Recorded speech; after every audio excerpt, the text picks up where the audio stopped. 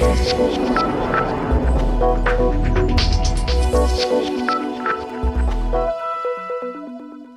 दुनिया के कई देशों के पास ऐसे घातक हथियार हैं जिन्हें अगर इस्तेमाल किया जाए तो शायद दुनिया से जीवन ही नष्ट हो जाएगा। और विरोधाभास तो देखिए, उन्होंने ये हथियार इस तर्क को देते हुए बनाए हैं कि इससे वो अपनी सुरक्षा सुनिश्चित करेंगे। ध्यान देने वाली बात है कि जब जीवन ही नहीं रहेगा तो सुरक्षा किसकी? इसलिए कहा जाता है कि युद्ध किसी भी समस्या का हल नहीं होता। हर समस्या बातचीत से हल हो सकती है और इस बात को जितनी जल्दी समझ लिया जाए उतना सही होता है, देशों के लिए और सारे जहां के लिए। स्वागत है आप सभी का। नमस्कार, मैं हूं प्रीति सिंह। सबसे पहले इस हफ्ते की सुर्खियां।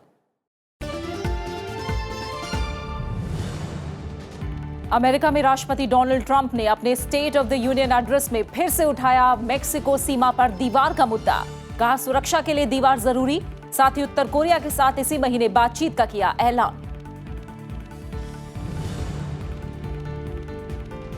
अफगानिस्तान और तालिबान के बीच मॉस्को में हुई मुलाकात। बातचीत का माहौल दोस्ताना, लेकिन कई मसलों पर गहरे मतभेद। वार्ता में अफगानिस्तान सरकार की नुमाइंदगी नहीं। अमेरिका ने कहा अगर बातचीत सफल रही तो अफगानिस्तान से सैनिकों की संख्या में होगी कटौती। और आधुनिक इतिहास में पहली बार किसी पोप की मध्य पूर्व एशिया यात्रा। अबू धाबी में भव्य स्वागत। पोप ने दिया धार्मिक सौहार्द का संदेश।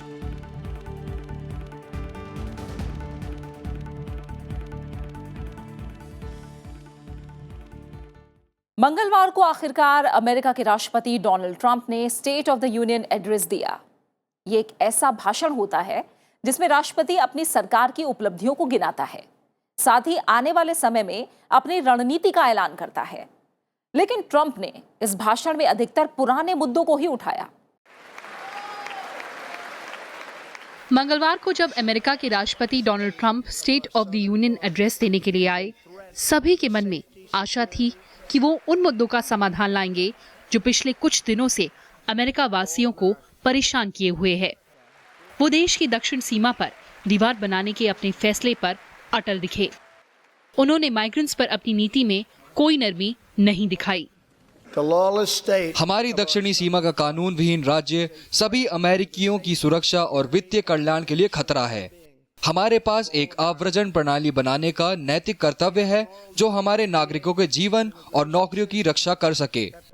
इसमें हमारे यहाँ रहने वाले लाखों प्रवासियों के प्रति हमारा दायित्व भी शामिल है। गौरतलब है कि ट्रंप मेक्सिको की सीमा पर दीवार बनाने के लिए $5 अरब की मांग कर रहे हैं। इस मांग की पूरा ना होने पर पिछले दिनों अमेरिका में इतिहास का सबसे बड़ा शटडाउन देखा गया, जिसके चलते करीब 8 लाख कर्मचारियों को 35 दिन बिना वेतन काम करना पड़ा। फिलहाल 15 फरवरी तक की मोहलत है, लेकिन ट्रंप अपनी जिद पर अड़े हैं। सीधे शब्दों में कहें तो दीवार उपयोगी है और दीवार जाने बचाती है।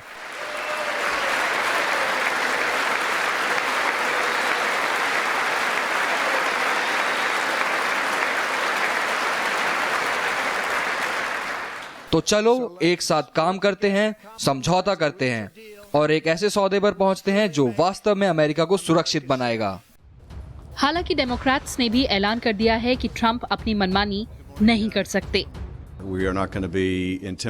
हम राष्ट्रपति की धमकियों से नहीं डरने वाले। अगर हम अपना उचित निरीक्षण करना चाहते हैं तो करेंगे। मैं पूरी तरह से समझ सकता हूं कि राष्ट्रपति इस विचार के आदी हो चुके हैं कि कांग्रेस निरीक्षण नहीं करती है, क्योंकि पिछले 2 सालों से रिपब्लिकन बहुमत सरकार की एक असमान शाखा होने के बावजूद कार्यवाही में शामिल नहीं थी। लेकिन मिड टर्म के साथ वो खत्म हो चुका है।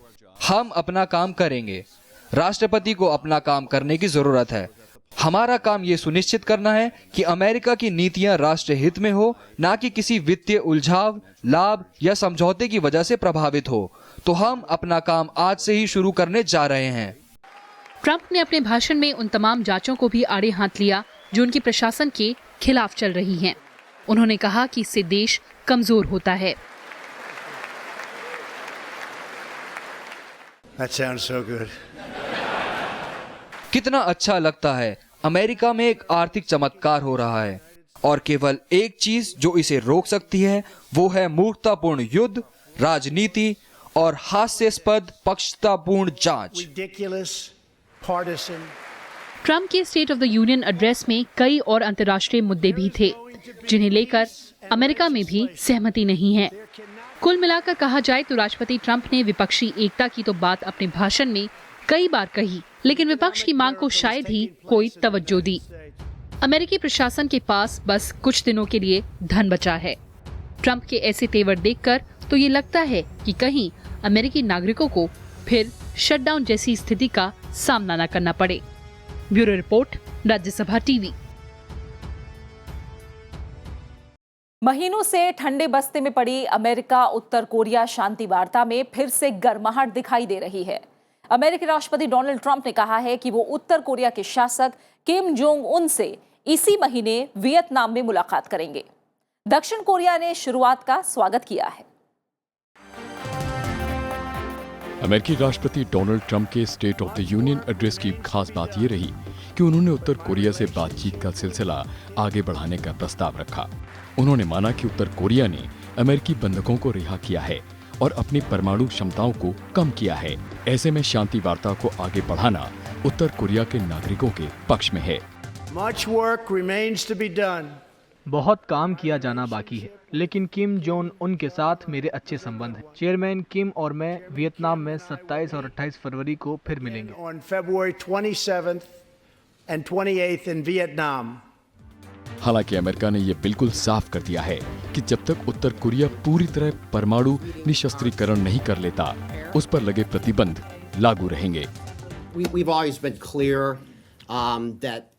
हम हमेशा साफ रहे हैं कि हमारा लक्ष्य उत्तर कोरियाई लोगों के लिए उज्जवल भविष्य है। इसलिए हम संयुक्त राष्ट्र के प्रतिबंधों को लागू करने में एकजुट रहते हैं ताकि हम पूर्ण परमाणु निरस्त्रीकरण प्राप्त कर लें। हम बहुत साफ हैं, प्रतिबंधों से राहत निरस्त्रीकरण के बाद ही होगा।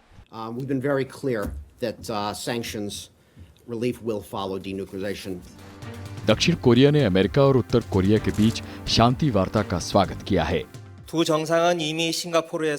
सिंगापुर में दोनों नेता 70 साल की दुश्मनी भुलाकर शांति की ओर कदम पहले ही रख चुके हैं। अब हम आशा करते हैं कि वो प्रगति की ओर एक ठोस कदम उठाएंगे।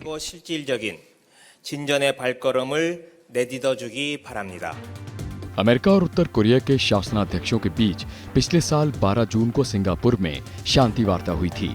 हालांकि इस वार्ता से ज्यादा कुछ नहीं निकला था, लेकिन फिर भी सालों से एक दूसरे के खिलाफ जंग छेड़ने का ऐलान करने वाले दो देशों का मिलना ही काफी महत्वपूर्ण माना जा रहा है। इस बीच उत्तर कोरिया ने भी कई सकारात्मक कदम उठाए। उसने अपनी कई परमाणु सुविधाओं को नष्ट किया, लेकिन उसकी मांग है कि अब उस पर से प्रतिबंध हटाए जाएं। राष्ट्रपति ट्रंप और किम के बीच वियतनाम में होने वाली वार्ता में ट्रंप उत्तर कोरिया को परमाणु कार्यक्रम बंद करने के लिए मना पाते हैं या नहीं, इस पर सबकी नजर रहेगी। Bureau report, Rajya Sabha TV. और अब बात वेनेजुएला की। राष्ट्रपति निकोलस मादुरो और विपक्षी नेता जुआन ग्वाइडो के बीच चल रहे संघर्ष ने एक अलग ही रूप ले लिया है। मादुरो ने अमेरिका की तरफ से भेजी गई राहत सामग्री को एक ब्रिज को सील करके रोक दिया है। अपने आप को अंतरिम राष्ट्रपति घोषित कर चुके ग्वाइडो ने चेतावनी दी है कि अगर इस राहत सामग्री को देश में नहीं आने दिया जाता तो मानवीय संकट खड़ा हो जाएगा।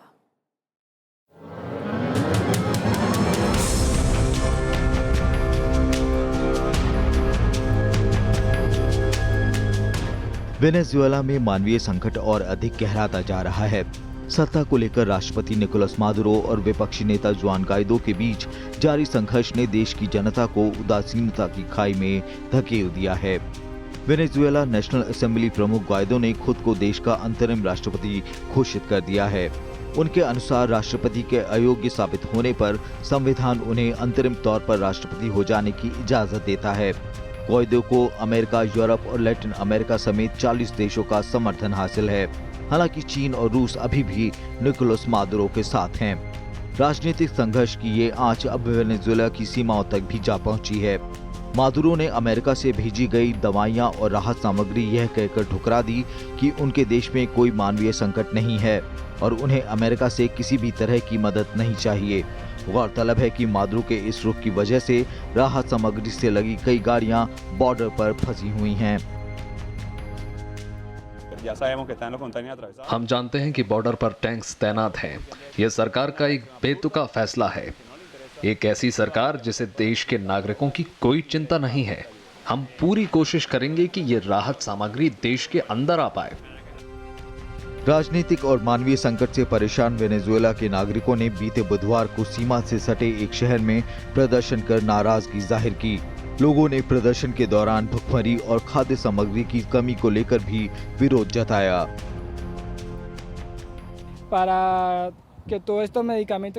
दवाइयों की कमी के चलते कई लोग मर रहे हैं, इसलिए ये बेहद जरूरी है कि सारी दवाइयां देश के अंदर आ पाएं।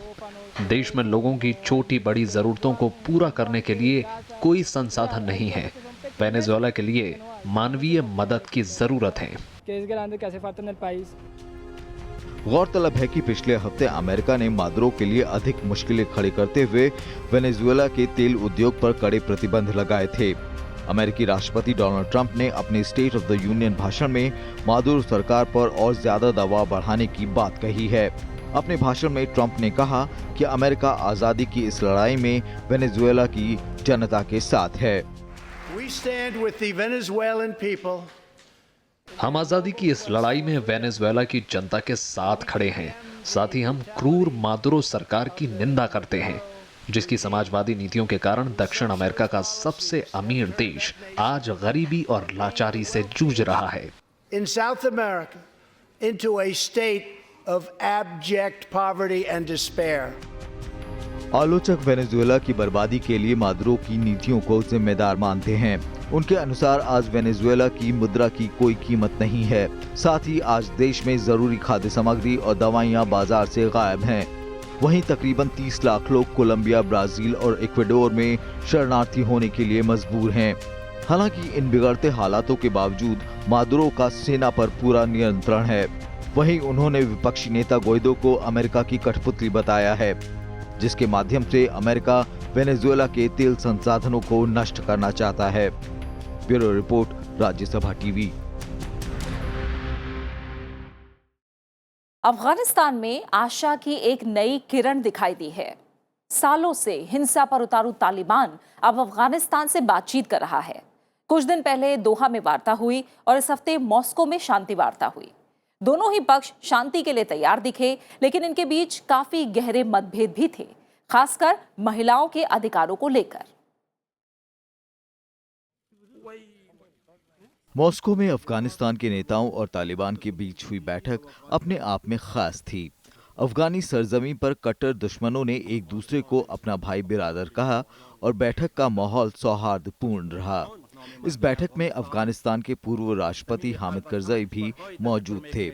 हालांकि दोनों ही पक्षों ने इस बैठक को सफल बताया, लेकिन महिला अधिकारों और देश में इस्लामी कानून सख्ती से लगाने को लेकर सहमति नहीं बन पाई। मॉस्को में यहाँ 2 दिन की बैठक बहुत सफल रही और हम कई बिंदुओं पर सहमत हुए। मुझे उम्मीद है कि भविष्य में हम और अधिक सफल हो सकते हैं और अंत में हम एक समाधान तक पहुंच सकते हैं। हम अफगानिस्तान में पूर्ण शांति ला सकते हैं। मैं आशान्वित हूँ।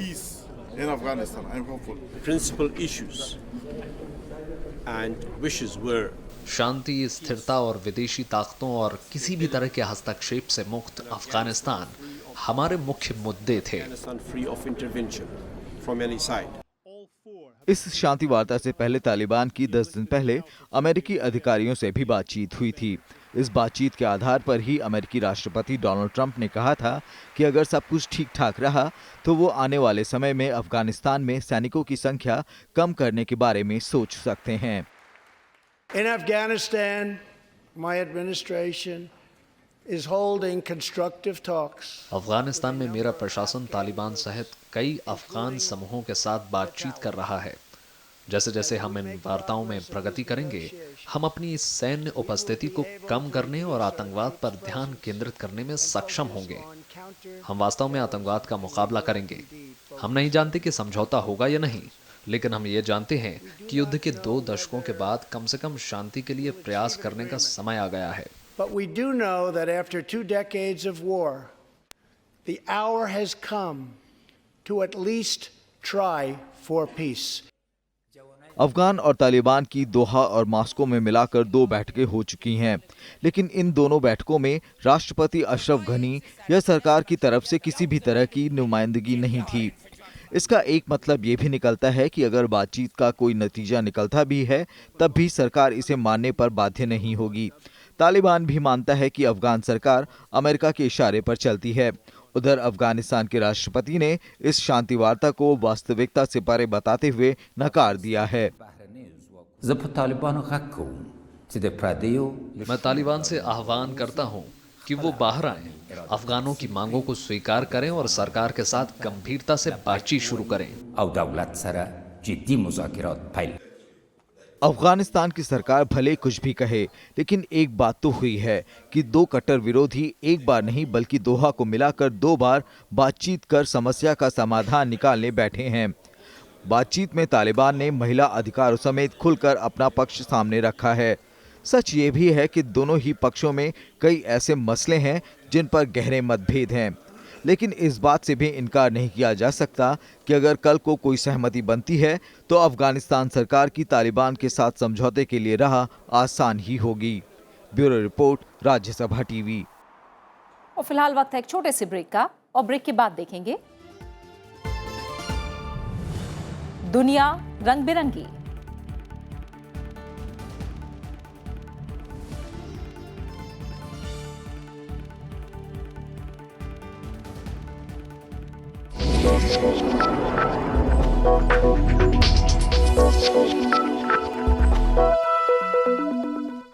इस हफ्ते एक ऐतिहासिक घटना हुई। ईसाइयों के सबसे बड़े धर्मगुरु पोप फ्रांसिस ने संयुक्त अरब अमीरात की यात्रा की। ये किसी भी पोप की पहली अरब यात्रा थी। इस यात्रा के दौरान उनका भव्य स्वागत हुआ। पोप फ्रांसिस ने भी यहां सभी को मानवता का संदेश दिया।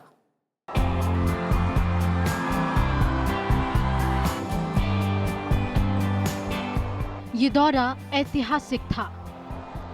इस ऐतिहासिक दौरे को यादगार बनाने में संयुक्त अरब अमीरात ने भी कोई कसर नहीं छोड़ी।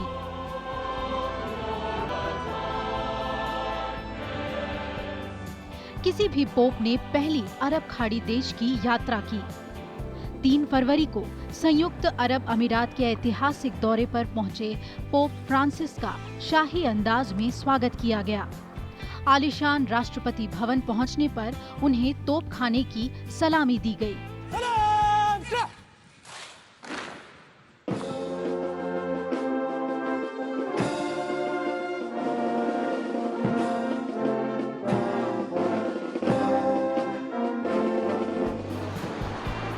वायुसेना के विमानों ने वेटिकन के ध्वज के पीले और सफेद रंगों के गुब्बारों से आकाश को रंग दिया।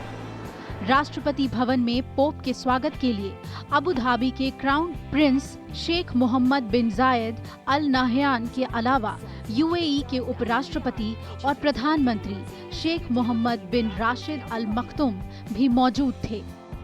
इसके बाद इस्लाम की जन्मस्थली अरब प्रायद्वीप पर कैथोलिक पोप फ्रांसिस ने ईसाई प्रार्थना सभा के सबसे बड़े आयोजन को संबोधित किया।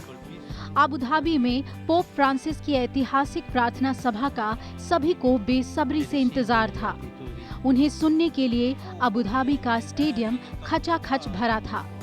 पोप की एक झलक पाने के लिए 1,70,000 लोग जमा थे।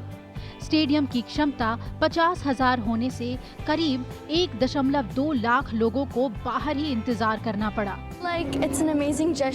इस सहनशील समय में उनका आना अद्भुत है। वो कितने अद्भुत और खुले हैं। मैं बहुत उत्साहित हूँ। हर कोई है। मुझे लगता है कि ये बहुत अच्छा है। यहाँ हर कोई आज़ाद हो सकता है। ऐसा लग रहा है मानो किसी दूसरी दुनिया में आ गए हों। इस दौरान पोप ने ईश्वर के नाम पर फैलाई जा रही घृणा और नफरत को गलत ठहराया। उन्होंने कहा, बिना किसी हिचक के हिंसा के सभी स्वरूप की निंदा की जानी चाहिए और धर्म के नाम पर किसी भी हिंसा को उचित नहीं ठहराया जा सकता।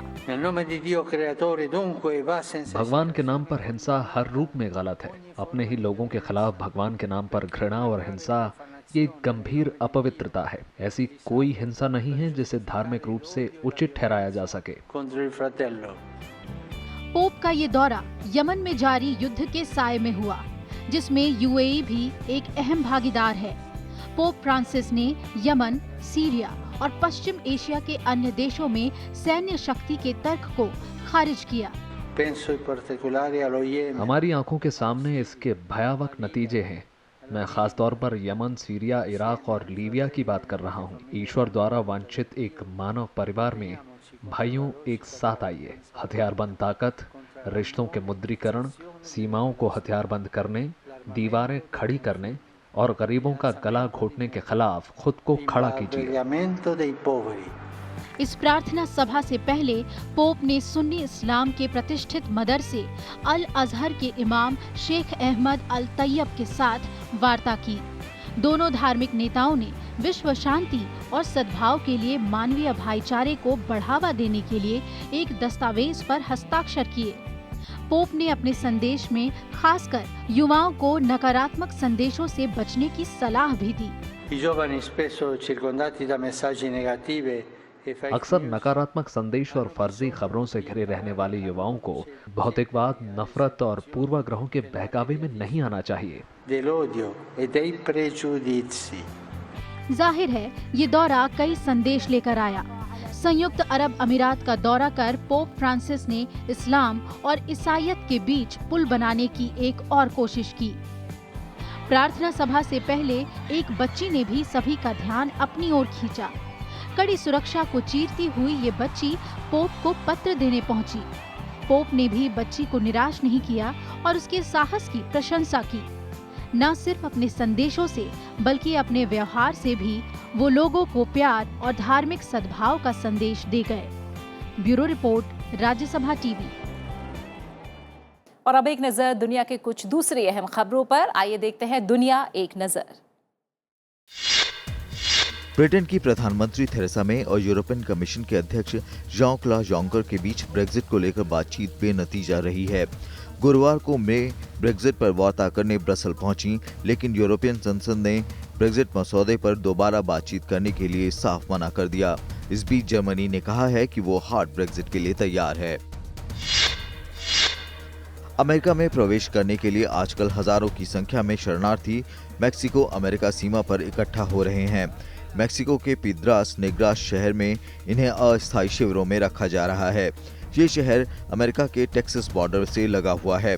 इस बीच अमेरिकी राष्ट्रपति डोनाल्ड ट्रंप ने शरणार्थियों को लेकर अपनी नीति और ज्यादा सख्त कर दी है और सीमा पर भी सैनिकों की संख्या में इजाफा कर दिया है। पाकिस्तान की सुप्रीम कोर्ट ने सेना और पाकिस्तानी खुफिया एजेंसी आईएसआई को फटकार लगाते हुए कहा है कि उन्हें किसी भी तरह की राजनीतिक गतिविधियों में शामिल होने से बाज आना होगा। कोर्ट ने सेना को निर्देश दिया कि वो उन अधिकारियों का पता लगाए जो राजनीतिक गतिविधियों में लिप्त पाए गए हैं और उनके खिलाफ कार्रवाई करे। सुप्रीम कोर्ट ने सरकार को आदेश दिए कि वो उन सभी राजनीतिक पार्टियों के खिलाफ कार्रवाई करे जो घृणा, द्वेष और आतंकवाद फैला रही हैं। ऑस्ट्रेलिया का क्वींसलैंड आजकल भीषण बाढ़ की चपेट में है। मौसम विभाग के मुताबिक पिछले एक हफ्ते में यहां साल भर के बराबर बारिश हुई। इस बारिश से सबसे ज्यादा प्रभावित हुआ टाउन्सविले शहर, जो कि रोस नदी के किनारे बसा हुआ है। यहां सड़कों और घरों में पानी घुस गया और हजारों लोगों को सुरक्षित स्थानों पर पहुंचाना पड़ा। हालांकि अब बारिश रुक चुकी है, लेकिन शुक्रवार को जब देश के कृषि मंत्री ने यहां दौरा किया तब भी क्वींसलैंड का एक बड़ा हिस्सा जलमग्न था। आइए अब दिमाग को कुछ हल्का करते हैं और चेहरे पर मुस्कान लाते हैं। देखते हैं दुनिया रंग बिरंगी। जगमगाते लैंटर्न शो से चीन के कई शहर चकाचौंध हो उठे हैं। दरअसल चीन में नए साल की शुरुआत 5 फरवरी से हो चुकी है। नए साल के स्वागत में चीन में जोर शोर से जश्न मनाया जा रहा है। 2 हफ्तों तक चलने वाले इस स्प्रिंग फेस्टिवल में कई शहरों में लाइट शो और रंग बिरंगी परेड देखने को मिल रही है। वहीं हांगकांग में भी नया साल मनाने के लिए हजारों लोग विक्टोरिया हार्बर पर शानदार आतिशबाजी देखने के लिए जमा हुए। चीनी ज्योतिष के अनुसार हर साल न्यू ईयर एक खास जानवर पर आधारित होता है। इस साल का जानवर पिग है, जबकि पिछले साल डॉग था। बस जब आपने सोचा कि आप हर संभव हैरत अंगेज डायनासोर को फिल्म जुरासिक पार्क में देख चुके हैं, वैज्ञानिकों ने एक ऐसा डायनासोर खोज निकाला जिसे आप देखकर ये सोच सकते हैं शायद ये डॉक्टर हेनरी वू की लैब से बनकर निकला है। बजारासोरस प्रॉन्स्पिनिक्स एक नई प्रजाति का डायनासोर है जिसके जीवाश्म पैटागोनिया में खोजे गए हैं। इसे देखकर प्रकृति का एक और दिलचस्प चेहरा नजर आता है। माना जा रहा है कि ये लंबे और नुकीले स्पाइक्स केराटिन से ढके होते थे जो आज के सींग वाले जानवरों में पाया जाता है। ये खतरनाक सा दिखने वाला डायनासोर शाकाहारी था और शोधकर्ताओं का मानना है कि ये अपने स्पाइक्स का इस्तेमाल आत्मरक्षा के लिए करता था। 5 साल पहले द लेगो मूवी ने दर्शकों को दिमाग पर चढ़ जाने वाले गाने एवरीथिंग इज ऑसम से दीवाना कर दिया था।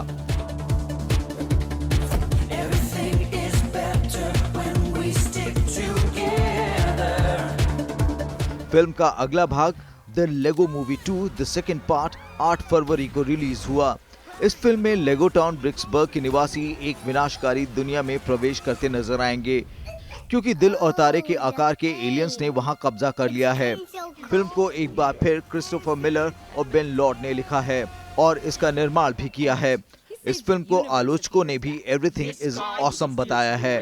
Okay, well technically I did the warrior stuff, but So you fought and master built and kicked butt and then the hapless male was the leader. 7 फरवरी को जर्मनी में बर्लिन फिल्म फेस्टिवल की शुरुआत हुई।